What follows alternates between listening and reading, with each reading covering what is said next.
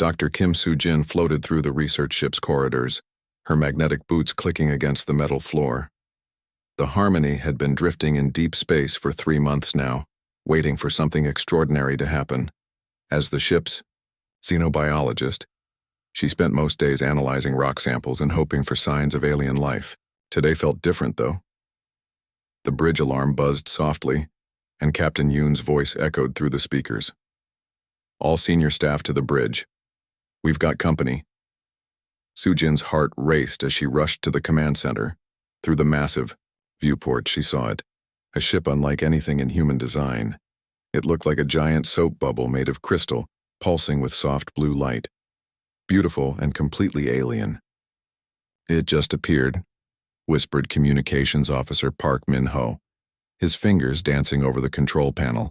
No warp signature, no engine trail, 1 second empty space, the next second, that. The crystal ship sent a message in perfect Korean, which made everyone's jaw drop. Greetings, humans of Vessel Harmony. I am Veltara of the Outer Rim Collective. I request permission to board and exchange knowledge. Captain Yoon looked at Soo-jin. Doctor, you're our expert on first contact protocols. What do you think? Soo-jin's hands trembled with excitement. This was the moment every xenobiologist dreamed of. Actual alien contact. We follow standard procedure. Meet in the cargo bay, keep weapons sealed, and maintain respectful distance. An hour later, Soo-jin stood in the cargo bay wearing her best diplomatic uniform. The airlock hissed open, and something incredible stepped through. Veltara looked like a person made of clear glass, constantly shifting between different shades of blue and green. It moved gracefully, as if floating rather than walking. Dr. Kim Soo-jin, Veltara said, its voice sounding like gentle music. Your species fascinates us. We have observed your expansion into space with great interest. We're honored by your visit, Soo-jin replied, trying to keep her voice steady. We hope to learn much from each other. The first few days went smoothly. Veltara toured the ship, asked questions about human technology, and shared stories about distant worlds.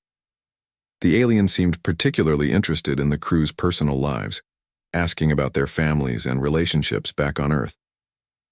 During lunch on the 3rd day, Park Min-ho was video calling his wife. His face lit up as a baby appeared on screen, making adorable gurgling sounds. That's my daughter, Ji-woo, he said proudly. She was born just before we left for this mission. I miss her so much. Veltara, who had been quietly observing, suddenly turned bright orange. That small human emerged from your mate? Min-ho laughed. Well, technically from my wife, but yes. Ji-woo is our daughter. How long did this process require? Veltara asked, leaning forward with obvious curiosity. 9 months of pregnancy, plus about 12 hours of labor, Min-ho explained, showing more photos. Veltara's color shifted rapidly, between orange and purple. 12 hours? For one offspring? This seems extremely inefficient. Soo-jin could see where this conversation was heading. Veltara, how does your species reproduce? We converge our energy patterns for approximately 4 minutes. 2 beings become 3 through plasma discharge. Very simple, very quick. Veltara paused. But you spend months creating one offspring, and the female must carry it inside her body? That's right, Soo-jin said carefully. Human reproduction is quite different from yours. And before this lengthy process, humans engage in courtship rituals. Engineer Lee Da-eun, who had been quietly eating her lunch, looked up. Courtship rituals? We observed your entertainment broadcasts, Veltara explained. Males present flowers to females, they share meals, they make vocal declarations of affection. Sometimes they perform elaborate dances. Da-eun burst out laughing. You mean dating? Yeah, humans usually get to know each other before having children. How long does this dating process last? Could be weeks, months, sometimes years, Da-eun said. Some people date for a decade before getting married. Veltara's form flickered rapidly. A sign Soo-jin was learning meant extreme confusion. Your species spends years preparing for a process that creates one offspring after 9 months of physical burden. followed by decades of resource investment in raising the young.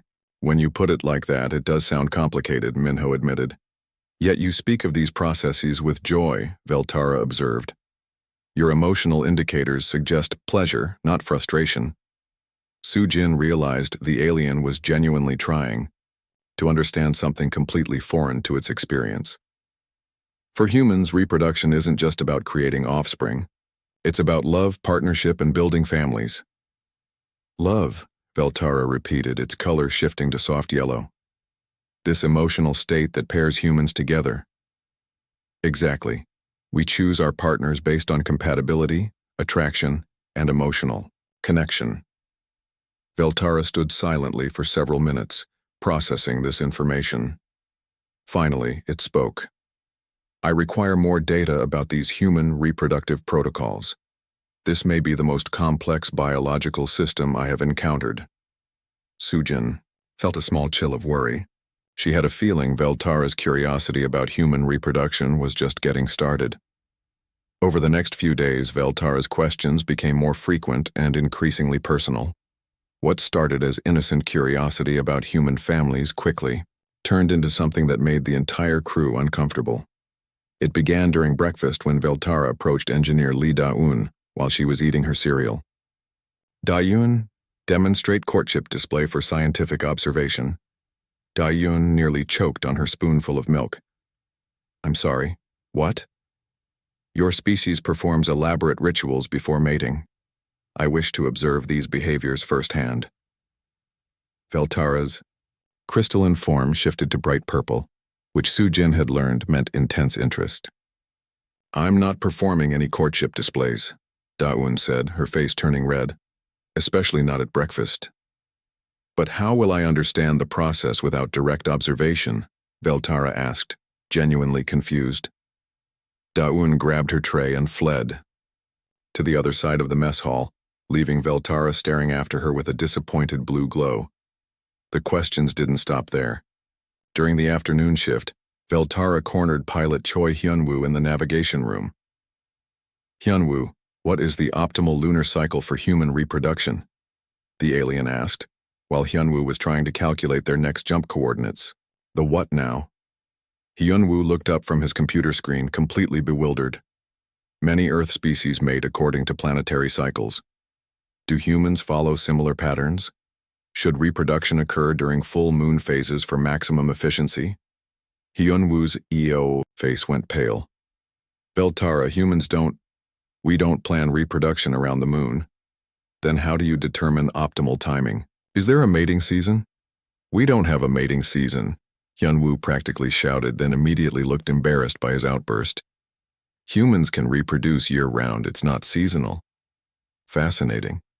Your species maintains reproductive readiness constantly. This explains the extended courtship periods. Veltara leaned closer. Tell me about human fertility cycles. How does the female body prepare for reproduction? What physical changes occur during the fertile period? Hyunwoo stood up so quickly his chair fell over. I need to check the engine room, he mumbled, rushing past Veltara and practically running down the corridor. By dinner time, word had spread through the ship. The aliens' questions were becoming too personal, and the crew was starting to avoid common areas when Veltara was around. Dr. Kim Soo-jin found herself fielding increasingly awkward inquiries during their daily cultural exchange sessions. Soo-jin, I have studied your entertainment media extensively, Veltara announced, its form glowing with scientific enthusiasm. Why do human males present dead plant matter to females before reproduction? You mean flowers? Soo-jin asked, trying to maintain her professional composure. Yes, flowers, deceased reproductive organs of plants. This seems counterproductive for encouraging reproduction. Soo-jin couldn't help but smile at the alien's logical but completely wrong interpretation. Flowers aren't about reproduction directly. They're symbols of beauty and affection. Humans give flowers to show they care about someone. But why deceased? Plant reproductive organs specifically? Would living plants not demonstrate superior reproductive intentions? It's not about the reproduction aspect, Soo-jin explained patiently. Flowers are pretty, they smell nice, and they make people happy. Beltara's color shifted to confused orange. Human reproductive psychology is more complex than our initial assessments indicated. The next day brought even more uncomfortable moments. Beltara approached Communications Officer Park Min-ho during his shift. Min-ho, your mate produces nutritional secretions for offspring consumption, correct? Min-ho's coffee cup froze halfway to his lips. Are you asking about breastfeeding? Yes. How long does this feeding process continue? Does the male also produce nutritional secretions? No. Only women breastfeed, Min-ho said, his voice getting higher with embarrassment. And it usually lasts about a year, sometimes longer. A full year of constant nutritional dependency? Beltara's form pulsed with what looked like shock. How does the female maintain energy levels during this extended feeding period? She eats more food, Min-ho said simply, then quickly added, Look, I really need to focus on these communications logs. But Beltara wasn't finished. Does the feeding process affect the female's ability to engage in further reproductive activities? Min-ho stood up abruptly, his face bright red. I'm going to go calibrate the communications array, he announced to the room, even though everyone knew the array had been calibrated that morning. The situation reached a breaking point when Beltara began requesting detailed biological scans of the crew members. Dr. Sujin found the alien waiting in her laboratory with what appeared to be scientific equipment from its ship. I require comparative analysis of human reproductive anatomy, Beltara announced. These scans will help me understand the physical modifications your species undergoes during reproductive cycles. Absolutely not, Sujin said firmly. That's completely inappropriate. But how will I gather sufficient data without proper biological examination? You won't be gathering that kind of data at all, Sujin replied. Human reproduction is private. We don't share intimate biological information with researchers, even alien ones. Beltara's form dimmed to a disappointed gray. Your species is contradictory. You broadcast reproductive behaviors in entertainment media, yet restrict scientific observation of reproductive biology. Entertainment is fiction, Beltara. Real human relationships and reproduction are personal matters. That evening, Captain Yoon called Sujin to his quarters. Doctor, the crew is getting uncomfortable. 3 people have requested schedule changes. To avoid Beltara, and Hyunwoo asked if he could take shore leave early. Sujin sighed. The alien means well, but it doesn't understand human privacy boundaries. Can you talk to it? Explain that some topics are off limits? I'll try, but Beltara's species doesn't seem to have concepts of privacy or personal boundaries. To them, reproduction is just another biological function to study. As Sujin headed back to her quarters, she wondered how she was going to explain human intimacy and privacy to a being whose species treated reproduction like a business transaction. Tomorrow's conversation was going to be very interesting indeed. The formal diplomatic dinner was supposed to be a celebration of successful first contact between humans and the Outer Rim Collective.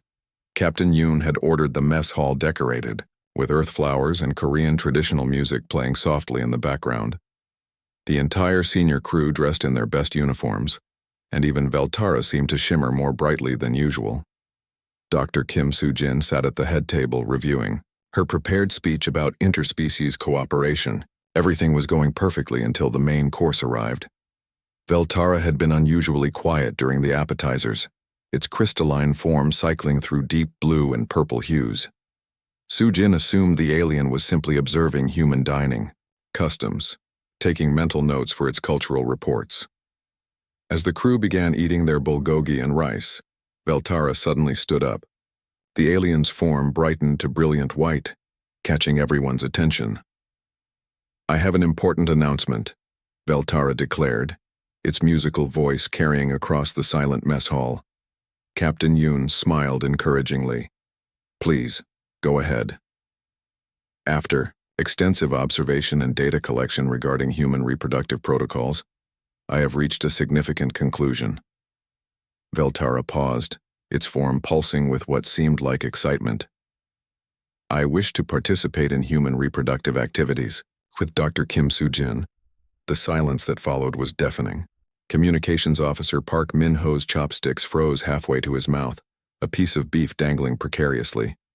Engineer Lee Da-Yun's eyes went wide as dinner plates. Pilot Choi Hyun-woo started coughing violently on his water. Dr. Soo-jin felt her face burn with embarrassment, but she maintained her composure. Veltara, I think there's been a misunderstanding. No misunderstanding, the alien replied confidently. I have observed that Dr. Kim Soo-jin is the most knowledgeable human regarding reproductive science. She would be the optimal partner for cross-species reproductive research. The mess hall erupted in barely contained chaos. Hyun-woo's coughing turned into uncontrollable laughter. Da-Yun buried her face in her hands, her shoulders shaking. Minho looked like he wanted to disappear under the table. Captain Yoon cleared his throat loudly. Veltara, perhaps we should discuss this privately. Privacy is unnecessary, Veltara said, its form now glowing with scientific enthusiasm. This is a matter of interspecies cooperation and cultural exchange. I propose we begin with preliminary courtship rituals immediately. The alien moved toward Soo-jin, who quickly stood up and backed away from the table. Veltara, stop, she said firmly. This isn't how human reproduction works. But I have prepared extensively, Veltara insisted. I studied your entertainment media. I understand that males present flowers to females. The alien's form shifted, and suddenly it was holding what appeared to be crystalline flowers made of light. I have created superior flowers that will not decay. Hyun-woo laughed so hard he snorted, which only made him laugh harder. Da-chun was now openly giggling behind her hands. I also learned human mating songs. Veltara continued, oblivious to the crew's reactions. The alien began producing sounds that were supposed to be romantic music, but sounded more like a broken wind chime in a hurricane. Veltara, please stop singing, Soo-jin said, trying to maintain her dignity while her colleagues lost their composure. Completely. Is my courtship display inadequate? Veltara asked, its form dimming slightly. I observed that human males sometimes perform dances. I can demonstrate rhythmic movement patterns. No dancing, Soo-jin said quickly, imagining the alien's attempt at human dance moves. Veltara, we need to talk about this properly. Yes, communication is essential for reproductive success, Veltara agreed. I have prepared mating declarations. Dr. Kim Soo-jin, your reproductive potential is optimal. Your genetic markers suggest healthy offspring production. I find your research methodology sexually attractive. The entire mess hall fell silent again. But this time, it was the silence of pure shock. Even Hyun-woo stopped laughing. Did it just say my research methodology is sexually attractive? Soo-jin whispered to herself. I believe that was a compliment, Captain Yoon said weakly. Veltara continued its bizarre proposal. I have calculated that our combined intellectual capacities would produce superior offspring.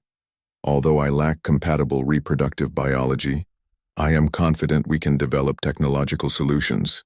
Technological solutions? Da-eun squeaked. My species has advanced genetic manipulation capabilities. We could modify my cellular structure to become compatible with human reproductive requirements. The implications of that statement hit everyone at the same time. Minho actually did slide under the table. Da-eun made a sound like a strangled cat. Hyun-woo started laughing again, but now it had a slightly hysterical edge. Dr. Soo-jin realized she needed to handle this situation very carefully. Veltara wasn't being inappropriate on purpose. The alien genuinely believed it was making a reasonable scientific proposal. Veltara, she said gently, human reproduction isn't just about genetics and science. It requires emotional connection, romantic love, and mutual attraction. I experience great intellectual attraction to your research, Veltara replied. Is this not sufficient emotional connection? No, it's not the same thing, Soo-jin explained. Humans need romantic love, not just intellectual respect. Veltara's form dimmed to a disappointed gray. Are you rejecting my reproductive proposal? Yes, I am, Soo-jin said as kindly as possible. But not because there's anything wrong with you. It's because we're different species with different needs. Am I being excluded from human reproductive culture? Veltara asked, its voice sounding genuinely hurt. The question hung in the air, and suddenly the situation wasn't funny anymore. Sujin realized that Veltara's bizarre proposal came from a place of genuine desire to understand and connect with humans. The alien wasn't being creepy or inappropriate. It was trying to participate in what it saw as humanity's most important cultural practice. "You're not being excluded," Sujin said softly.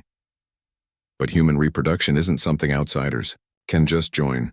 It's deeply personal and requires specific biological and emotional compatibility." Veltara's form continued to dim. "Then I will never understand the most significant aspect of human culture." The sadness in the alien's voice made Sujin's heart ache. Looking around the mess hall, she saw that her colleagues' amusement had faded too. They all recognized that Veltara was experiencing something like loneliness, the desire to belong to a community it could never fully join. "Maybe," Sujin said carefully, "we need to find a different way for you to understand human connections." The morning after the awkward dinner, Dr. Kim Sujin found Veltara sitting alone in the observation lounge, staring out at the stars. The alien's usual bright glow had dimmed to a sad pale blue that reminded Sujin of moonlight on water. "You're up early," she said, settling into the chair beside Veltara. "I do not require sleep like humans," Veltara replied quietly. "I have been analyzing yesterday's social interaction. I believe I committed what humans call a social mistake." Sujin couldn't help but smile. "That's one way to put it." "I caused embarrassment and discomfort," Veltara continued. "This was not my intention. I wished only to participate in human culture." "I know," Sujin said gently. "And I think I understand why you made that request. You see human reproduction as our most important cultural ritual, so you wanted to be part of it." Veltara's form brightened slightly. "Precisely. In my observations, human reproduction appears to be the foundation of your entire social structure. Families, partnerships, child rearing. Everything stems from this biological process." "You're not wrong," Sujin admitted. "But you're also not seeing the complete picture. Human families aren't just about biology.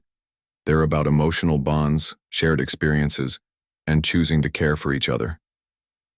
"Choose?" Veltara asked, its color shifting to curious yellow. "Your species can select family members? In a way, yes, we call it chosen family. People who aren't related by blood but become family through friendship and love." Veltara was quiet for a moment, processing this information. "Could I choose to be part of human family structure?" "Actually," Sujin said, an idea forming in her mind. "That's exactly what I was hoping to discuss with you." Over the next few days, Sujin worked with the crew to implement what she called the integration project. Instead of trying to study human reproduction from the outside, Veltara would experience human family dynamics by becoming part of the ship's social community. It started small. Engineer Lee Da-un invited Veltara to join her for morning coffee in the mess hall. At first, the alien didn't understand the purpose of sitting together without specific work tasks to complete. This consumption of heated plant liquid serves no obvious biological function, Veltara observed, watching Da-un sip her coffee. "It's not about the coffee," Da-un explained. "It's about spending time together. Humans like to socialize." "Socialize," Veltara repeated, its form shifting to thoughtful green. "Engaging in non-productive activities for emotional satisfaction." "Exactly. Want to try some coffee?" Veltara couldn't actually drink coffee, but it seemed to enjoy the ritual of sitting together each morning. The alien would glow softly while Da-un talked about her day, her family back on Earth, or random thoughts that popped into her head. "Da-yun," Veltara said one morning, "you speak of your parents with affection though they are not present. How do you maintain emotional connection across such distance?" "We stay in touch," Da-yun said simply. "Video calls, messages, sharing photos. Love doesn't require physical presence." This concept fascinated Veltara. The alien began observing how crew members maintained relationships with people back home. It watched Minho video call his wife and baby daughter every day, noted how Hyunwoo sent photos of deep space to his girlfriend, and saw how Captain Yoon kept pictures of his family on his desk. The breakthrough came during movie night. Soo-jin had suggested showing Veltara some human films to help it understand emotional relationships better. They started with romantic comedies, which completely baffled the alien. Why does the male human repeatedly fail to communicate his intentions to the female? Veltara asked during a particularly ridiculous scene where the main character was stumbling over his words. Because he's nervous, pilot Choi Hyun-woo explained. He likes her so much that he's afraid of saying something wrong. But ineffective communication reduces reproductive success probability, Veltara pointed out logically. Yeah, but it makes for a funnier movie. Hyun-woo laughed. As they watched more films together, Veltara began to understand that human entertainment wasn't just about efficiency or success. It was about emotions, connections, and shared experiences.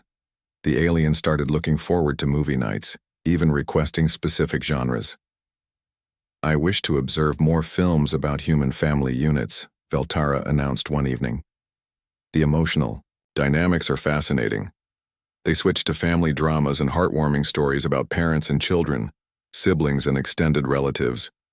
Veltara was particularly moved by a film about an adopted child finding their place in a new family. The small human is not genetically related to the adult humans, Veltara observed, yet they form strong emotional bonds. That's what adoption is, Soo-jin explained. Creating family through choice and love, not just biology. Veltara's form pulsed with warm gold light. Chosen family, it said quietly. This is what you meant. The real turning point came when Da-eun received a video call from her parents during one of their coffee sessions. Without thinking, she turned her tablet so Veltara could see the screen. Mom, Dad, I want you to meet our friend Veltara, she said naturally. It's visiting from another galaxy. Da-eun's parents, who had raised their daughter to be open-minded and welcoming, greeted Veltara with warm enthusiasm. They asked about its homeworld, its species, and how it was enjoying life on the ship. Your daughter has been very kind to me, Veltara told them, its form glowing brightly. She has taught me about human social customs. That's our Da-eun, her mother said proudly, always making friends wherever she goes. After the call ended, Veltara sat quietly for a long time. Finally, it spoke. Da-eun's parents accepted me as part of their family circle, despite my alien nature. Of course they did, Da-eun said. You're important to me. So you're important to them. Is this how human families expand? Veltara asked. Through inclusion rather than reproduction? Both, Da-eun replied. We grow our families through having children, but also by welcoming new people into our lives. Veltara's understanding deepened over the following weeks. It participated in birthday celebrations, joined casual conversations about relationships and dreams, and even started sharing stories about its own homeworld and culture. The alien began to realize that human reproduction wasn't just about creating offspring. It was about building communities, maintaining connections, and choosing to care for others. I believe I understand now, Veltara told Soo-jin one evening. Human reproduction is not merely biological. It is social, emotional, and continuous. What do you mean by continuous? Soo-jin asked. Your species reproduces relationships constantly, Veltara explained. Every friendship, every family bond, every connection creates new emotional offspring that grow and multiply. Soo-jin smiled. That's a beautiful way to think about it. And I have been participating in this process without realizing it, Veltara continued, its form brightening. I have been reproducing human connections through friendship. For the first time since arriving on the ship, Veltara seemed truly happy. It had found a way to participate in human culture that didn't require biological compatibility or romantic love. It had discovered that family wasn't just about reproduction, it was about choosing to belong to each other. 3 weeks had passed since Veltara began participating in the crew's daily social activities. The alien had become a regular fixture at morning coffee sessions, movie nights, and casual conversations throughout the ship. Its crystalline form no longer flickered with confusion when humans discussed emotions or relationships. Instead, Veltara glowed with warm, steady light that seemed to pulse in rhythm with the crew's conversations. Dr. Kim Soo-jin was reviewing research data in her laboratory when her personal communicator chimed with an incoming message from Earth. The sender made her heart skip a beat. Her younger sister, Ji-young. "Uni!" Ji-young's excited face appeared on the screen, tears of joy streaming down her cheeks. "It happened! Little Hana is here!" Soo-jin gasped, nearly dropping her tablet. "She was born? Right now?"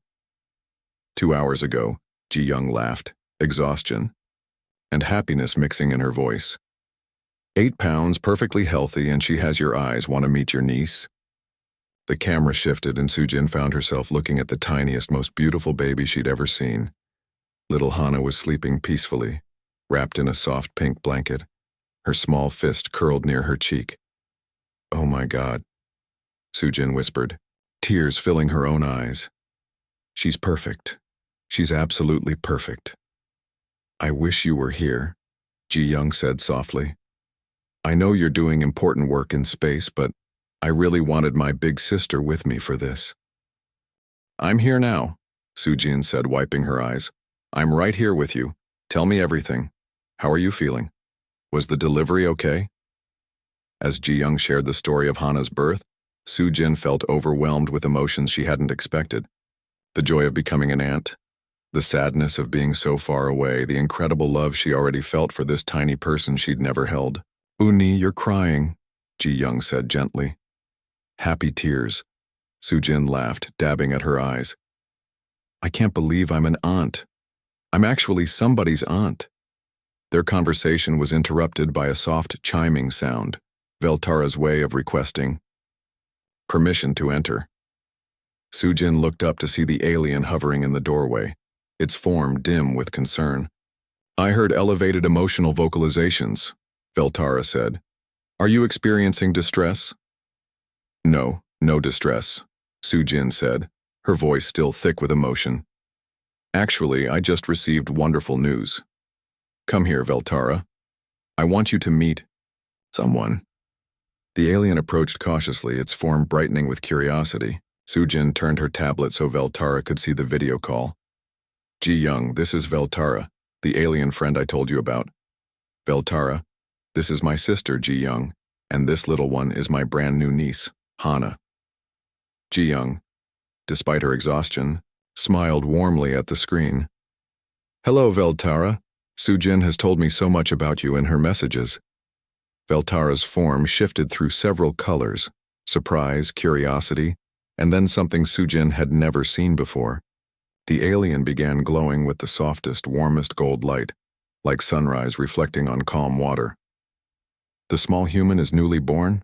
Veltara asked, its voice filled with wonder. "Just 2 hours old," Ji-young confirmed. "She's still figuring out this whole breathing thing." As they watched, baby Hana made a small sound and opened her eyes briefly before closing them again. Veltara's glow intensified. "I am witnessing the beginning of a new human life," the alien said quietly. "This is extraordinary. And I'm witnessing the beginning of being an aunt," Soo-jin said, fresh tears starting. "I love her so much already and I haven't even met her." Veltara observed this with fascination. "You experience strong emotional attachment to an offspring you have not physically encountered." "She's family," Soo-jin explained simply. "That's what family means. Instant, unconditional love." After the call ended, Veltara remained in the laboratory, its form cycling through thoughtful colors. "Soo-jin, you experienced what humans call joy when observing your sister's offspring." "The most intense joy I've ever felt," Soo-jin confirmed. "Becoming an aunt is incredible. I get to love this little person and watch her grow up." "But you contributed no genetic material to this offspring's creation," Veltara pointed out. "That doesn't matter. She's my sister's daughter, which makes her my niece. Biology created the connection, but love makes it meaningful." Veltara was quiet for a long moment. "I believe I am beginning to understand human reproduction more completely." "Oh? Your species does not merely reproduce offspring," Veltara said slowly. "You reproduce relationships, Each new human creates multiple new family connections: parent, child, sibling, aunt, uncle, grandparent. One biological event generates numerous emotional bonds. Sujin smiled. That's exactly right. Hana's birth made Ji-young a mother, made our parents grandparents, and made me an aunt. One baby, but many new family relationships. And these relationships continue expanding throughout the human's lifetime. Veltara continued, its form brightening with understanding. When Hana eventually reproduces, you will become a great aunt. The emotional connections multiply exponentially. You're getting it, Sujin said warmly. Veltara suddenly turned to face her directly. Sujin, I have experienced something unprecedented during my time on this vessel. What's that? When I observed your joy at your niece's birth, I felt an echo of that emotion. Vicarious happiness for your happiness. Is this what humans call empathy? Sujin's breath caught. Yes, that's exactly what empathy is. And when Da-un introduced me to her parents as their friend, I experienced what I believe was belonging. When the crew includes me in social activities, I feel accepted. Those are human emotions, Sujin said softly. You're experiencing human emotional connections. Veltara's form began to pulse with rainbow colors, cycling through every hue Sujin had ever seen the alien display. I have been participating in human reproduction this entire time without realizing it. How do you mean? I have reproduced emotional bonds with every crew member. I have created family connections through friendship and acceptance. I may not be capable of biological reproduction with humans, but I have successfully reproduced the most important aspect of your culture, the bonds that connect you to each other. Sujin felt tears starting again, but these were tears of profound happiness. Veltara, you understand perfectly. I wish to make a formal request, the alien said, its form settling into warm, steady gold. What kind of request? I wish to be designated as Hana's honorary alien aunt. Sujin laughed through her tears. I think that can be arranged. Later that evening, the entire crew gathered in the mess hall for an impromptu celebration of Hana's birth. They shared stories about their own families, showed photos of nieces and nephews, and talked about the joy of watching children grow up. Veltara sat among them, no longer an observer, but a full participant in the conversation. When Captain Yoon raised his coffee cup in a toast to new life and growing families, Veltara glowed brighter than ever before. To chosen family, the alien added, and to the understanding that reproduction is not about biology alone. It is about creating connections that span time, space, and even species. The crew cheered and clinked their cups together. In that moment, Veltara had become more than just humanity's first alien contact. It had become the first being to truly understand that the greatest thing humans reproduce isn't offspring, it's love, and that love knows no boundaries. As they celebrated late into the ship's night cycle, Veltara sent its first message back. To the Outer Rim Collective, human reproduction protocols understood. Request permission to establish permanent cultural exchange position. Have discovered that the most powerful force in the universe is the human capacity to create family from friendship. Further study required. Lifetime study required. Tyothyoi. Response came back immediately. Permission granted. Welcome to your new family, Veltara.